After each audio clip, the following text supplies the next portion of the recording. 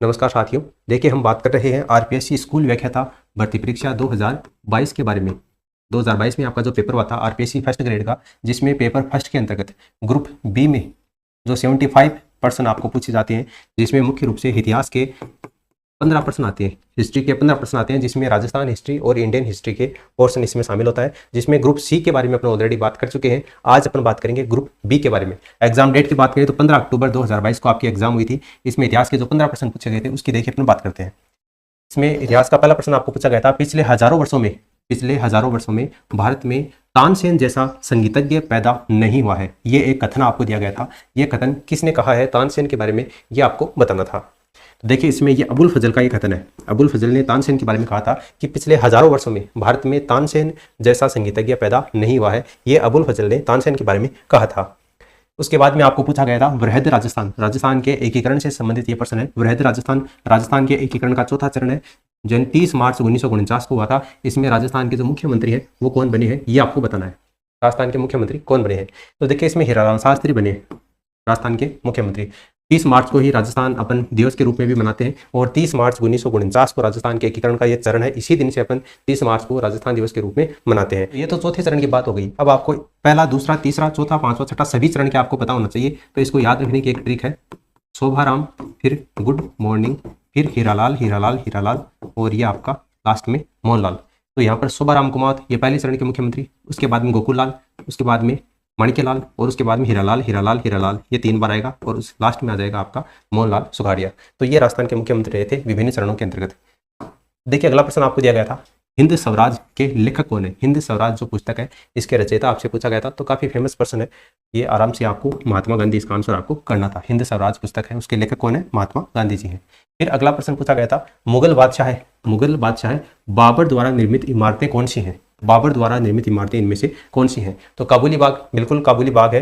पानीपत में काबुली बाग जो मस्जिद है ये बाबर के द्वारा ही बनाई गई है। पंचमहल, जामा मस्जिद संभल, और जामा मस्जिद हिसार। तो जामा मस्जिद आपकी जो संभल वाली जामा मस्जिद है, इसका निर्माण किसके द्वारा करवाया गया था? बाबर के द्वारा। तो ए और सी आपको दूसरे ऑप्शन में दे रखा है।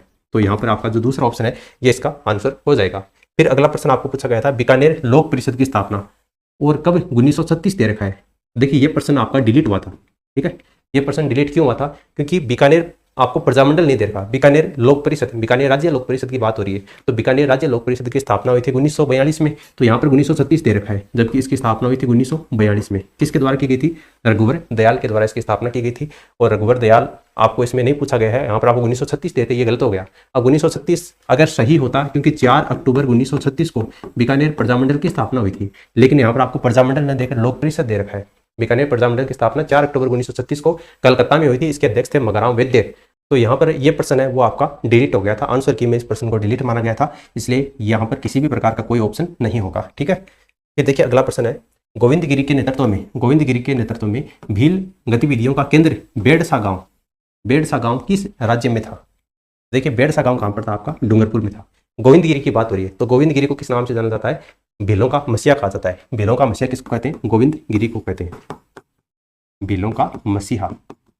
इनको भीलों का मसीहा क्यों कहते हैं? क्योंकि भीलों में जनजागृति लाने का कार्य किसने किया था? गोविंदगिरी ने किया था, इसलिए भीलों का मसीहा किसको कहते हैं? गोविंदगिरी को कहते हैं। डूंगरपुर में बंजारा परिवार में इनका जन्म हुआ था। देखिए, भीलों का मसीहा तो किसको कहता है? गोविंदगिरी को कहा जाता है। लेकिन आदिवासियों का मसीहा किसको कहा जाता है? ये आपको नीचे कमेंट करके बताना है, आदिवासियों का मसीहा किसको कहते हैं। फिर देखिए अगले प्रश्न पर चलते हैं अपन। प्रतिहार, गुर्जर प्रतिहार वंश की बात हो रही है, उसके संस्थापक कौन? हरिश्चंद्र ने कौन सी राजधानी बनाई थी? यानी देखिए, गुर्जर प्रतिहार वंश की 2 शाखाएं थी आपकी, एक आपकी मंडोर में थी और एक भीनमाल में थी। तो भीनमाल शाखा के संस्थापक कौन? आपके नागभट्ट प्रथम है। भीनमाल शाखा के संस्थापक है नागभट्ट प्रथम। लेकिन यहाँ पर आपको हरिश्चंद्र के बारे में पूछा है। तो हरिश्चंद्र है, ये इसकी राजधानी कौन सी थी? आपकी मंडोर थी। मंडोर जोधपुर इनकी राजधानी थी। मंडोर जोधपुर इसका आंसर हो जाएगा। हरिश्चंद्र को ही गुर्जर प्रतिहारों का मूल पुरुष कहा जाता है। गुर्जर प्रतिहारों का आदि पुरुष किसको कहते हैं? हरिश्चंद्र को कहा जाता है। फिर देखिए अगला प्रश्न पूछा गया था, मत्स्य संघ का राज प्रमुख किसे बनाया गया था? तो मत्स्य संघ का राज प्रमुख है वो किसको बनाया गया था? उदयभान सिंह को बनाया गया था। उदयभान सिंह को। अब ये उदयभान सिंह कहाँ के शासक थे? ये आपके धौलपुर के शासक थे। कहाँ के शासक थे? धौलपुर के। इसका मतलब धौलपुर के शासक उदयभान सिंह क्या हो जाएगा? इसका राइट आंसर हो जाएगा। मत्स्य संघ का राजप्रमुख किसको बनाया गया था? उदयभान सिंह को बनाया गया था। और मत्स्य संघ का प्रधानमंत्री किसको बनाया गया था? थोड़ी देर पहले मैंने बात की थी, प्रधानमंत्री या मुख्यमंत्री एक ही बात है। शोभाराम कुमार प्रधानमंत्री थे। और मत्स्य संघ का उद्घाटन किसने किया था? नरहरि विष्णु गौडगिल। नरहरि विष्णु गौडगिल ये उद्घाटन करता थे। तो यहाँ पर धौलपुर इसका आंसर हो जाएगा। फिर अगला प्रश्न देखिए, वंश भास्कर के लेखक कौन है? वंश भास्कर आ सकता है या फिर आपका वीर सतसई। वीर सतसई दोनों रचनाएं किसकी हैं? आपकी सूर्यमल मिश्रण की है। सूर्यमल मिश्रण को ही राजस्थान का राज्य कवि कहा जाता है। राजस्थान का राज्य कवि किसको कहते हैं? सूर्यमल मिश्रण को कहते हैं। और वीर सतसई रचना और वंश भास्कर रचना दोनों ही किसकी हैं? आपकी सूर्यमल मिश्रण की है। सूर्यमल मिश्रण की बात करें तो इनका जन्म जो है वो कहाँ पर हुआ था? हरना गांव बूंदी में। हरना गांव बूंदी में इनका जन्म हुआ था। और कब हुआ था ये पूछा जाए तो 1815 ईस्वी में इनका जन्म हुआ था। तो ये बातें भी आप ध्यान में रख सकते हैं। फिर देखिए अगला प्रश्न है, 1857 की क्रांति के समय करौली का शासक कौन था? 1857 की क्रांति के समय करौली के शासक, देखिए करौली का शासक था मदन पाल सिंह। तो ये आपके महाराजा कौन हो जाएंगे? मदन पाल सिंह हो जाएंगे। और मदन पाल सिंह ने करौली का शासक होने के साथ साथ में इन्होंने किसकी सहायता की थी? तो कोटा के महाराव की सहायता की थी। ये प्रश्न भी बहुत बार पूछा जाता है। कोटा के महाराव की सहायता की थी। और कोटा के महाराव कौन थे? आपके राम सिंह द्वितीय। ठीक है, इसलिए कोटा की सहायता करने के कारण ही ये आपके करौली के जो मदन पाल सिंह है, इनके तोपों की सलामी में वृद्धि कर दी गई थी। पहले इनको 13 तोपों की सलामी दी जाती थी और 13 से बढ़ाकर मदन पाल सिंह इनकी तोपों की सलामी 13 से बढ़ाकर कितनी करती थी? 17 तोपों की सलामी करती थी। जबकि कोटा के महाराव राम सिंह की जो है वो पहले 13 तोपों की सलामी दी जाती थी, उनको घटाकर 11 तोपों की सलामी यानी इनके तोपों की सलामी में कमी कर दी गई थी। जबकि मदन पाल सिंह के तोपों की सलामी में वृद्धि कर दी गई थी। राजस्थान के 1857 की जो क्रांति है उससे संबंधित ये टॉपिक में प्रश्न उठाया गया है। करौली के शासक कौन थे? मदन पाल सिंह थे। अगला प्रश्न देखिए, किस चौहान शासक के द्वारा अजमेर में संस्कृत पाठशाला बनवाई गई थी और उस पाठशाला को बाद में तुड़वा दिया गया था? किसने? दिल्ली सल्तनत के शासक हुए कुतुबुद्दीन ऐबक।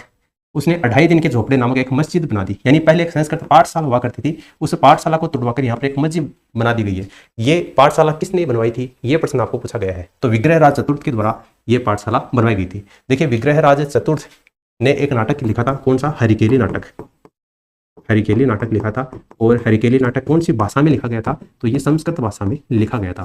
ठीक है, विग्रहराज चतुर्थ एक विद्वान था और ये विद्वानों का आश्रयदाता भी था। इसके दरबार में कई विद्वान थे और इन्होंने खुद ने हरिकेली नाटक लिखा है जो कि संस्कृत भाषा में है। ठीक है, और इन्होंने अजमेर के अंतर्गत संस्कृत पाठशाला का निर्माण करवाया था, जिसको बाद में कुतुबुद्दीन ऐबक ने तोड़वाकर 2.5 दिन के झोपड़े नाम की एक मस्जिद के रूप में रूपांतरित कर दिया था। और इस हरिकेली नाटक के जो अवशेष हैं वो आपके राजा राम मोहन राय की जो कब्र है लंदन में, वहां से भी प्राप्त हुई है। फिर अगला प्रश्न पूछा गया है, राजस्थान के कुदरत सिंह किस हस्तशिल्प से संबंधित है? राजस्थान के कुदरत सिंह कौन सी हस्तशिल्प से संबंधित है? देखिए कुदरत सिंह की बात करें तो इनको पद्मश्री दिया गया था 1988 में। 1988 में इनको पद्मश्री पुरस्कार से भी सम्मानित किया जा चुका है। कौन सी कला से ये संबंधित है? तो ये आपके मीनाकारी से संबंधित है। अगर ब्लू पोट्री का आपसे पूछा जाए तो कृपाल सिंह शेखावत, कृपाल सिंह शेखावत इनका जो संबंध है वो ब्लू पोट्री से है। कृपाल सिंह शेखावत का जन्म कहाँ पर हुआ था? मऊ गांव में हुआ था। मऊ गांव कहाँ पर? आपका राजस्थान का पहला हाईटेक जिला सीकर में। मऊ गांव से इनका संबंध है कृपाल सिंह शेखावत का। तो इसका आंसर कौन सा हो जाएगा? आपका मीनाकारी कला से ये संबंधित है कुदरत सिंह। फिर अगला प्रश्न आपको पूछा गया है, विवेकानंद, स्वामी विवेकानंद ने शिकागो में जो विश्व धर्म सम्मेलन हुआ था उस विश्व धर्म संसद में कब भाग लिया था? ये आपको बताना है। काफी बढ़िया प्रश्न है। ये तो सभी को शायद पता होगा, 1893 की ये घटना है। लेकिन 1893 में भी कौन सा महीना? तो ये सितंबर 1893 में ये घटना है। सितंबर 1893 में इसका आंसर हो जाएगा। फिर देखिए अगला प्रश्न है, इसे उदारवादी नेता नहीं कहा जाता है। यानी कि उदारवादी नेता कौन सा नहीं है वो आपको बताना है। उदारवादी नेता नहीं है इसका मतलब वो उग्रवादी नेता है। उग्रवादी नेता इनमें से कौन सा है? दादाभाई नौरोजी हैं, गोपाल कृष्ण गोखले हैं, फिरोज शाह मेहता या विपिन चंद्र पाल? तो विपिन चंद्र पाल है, ये उदारवादी नेता न होकर ये उग्रवादी नेता है। तो विपिन चंद्र पाल इसका आंसर हो जाएगा। फिर अगला प्रश्न है, वर्ष 1961 से लेकर वर्ष 1969 तक इस अवधि के दौरान कौन पुरातत्ववेत्ता कालीबंगा के उत्खनन से संबंधित है? देखिए कालीबंगा के उत्खनन से कई व्यक्ति संबंधित है 1961 से 69 के बीच में। तो कौन सा नहीं है वो आपको बताना है। आर.सी. अग्रवाल, बीबीलाल, बीके थापर। बिल्कुल बीबीलाल और बीके थापर तो 100% है। इनका तो शायद आपको पता होना चाहिए। बीबीलाल और बीके थापर का नाम जब भी कालीबंगा सभ्यता का नाम आता है तो इनका नाम जरूर आता है। वैसे कालीबंगा सभ्यता की जो खोज है वो किसने की थी? अमलानंद घोष ने की थी। अमलानंद घोष ने कब की थी? 1952 में की थी। यानी 1952 में इसकी खोज हुई थी। फिर 1961 से 69 के बीच में इसका उत्खनन का कार्य चला था, जिसमें बीबीलाल थे, बीके थापर थे, एमडी खरे भी थे और इसके अलावा जेबी जोशी भी थे, जगपति जोशी भी थे, एसपी जैन थे और केएम श्रीवास्तव। ये सारे व्यक्ति कालीबंगा के उत्खनन से संबंधित है। और कालीबंगा को वर्ष 2009 में वर्ष 2009 में यूनेस्को ने विश्व विरासत स्थल की सूची में इसको शामिल किया है। 2009 में विश्व विरासत स्थल की सूची में कालीबंगा को शामिल किया जा चुका है। आरसी अग्रवाल नहीं है। आरसी अग्रवाल का जो संबंध है यह आपका आहड़ से है और गणेश्वर से है, कालीबंगा से इसका संबंध नहीं है। आरसी अग्रवाल इसका आंसर हो जाएगा। ठीक है, तो ये आपके 15 प्रश्न है जो कि आरपीएससी फर्स्ट ग्रेड 2022 में ग्रुप बी में आपका जो जीके का पेपर हुआ था, पहला पेपर, जिसमें 75 प्रश्न में से 15 प्रश्न आपको इतिहास के पूछे गए थे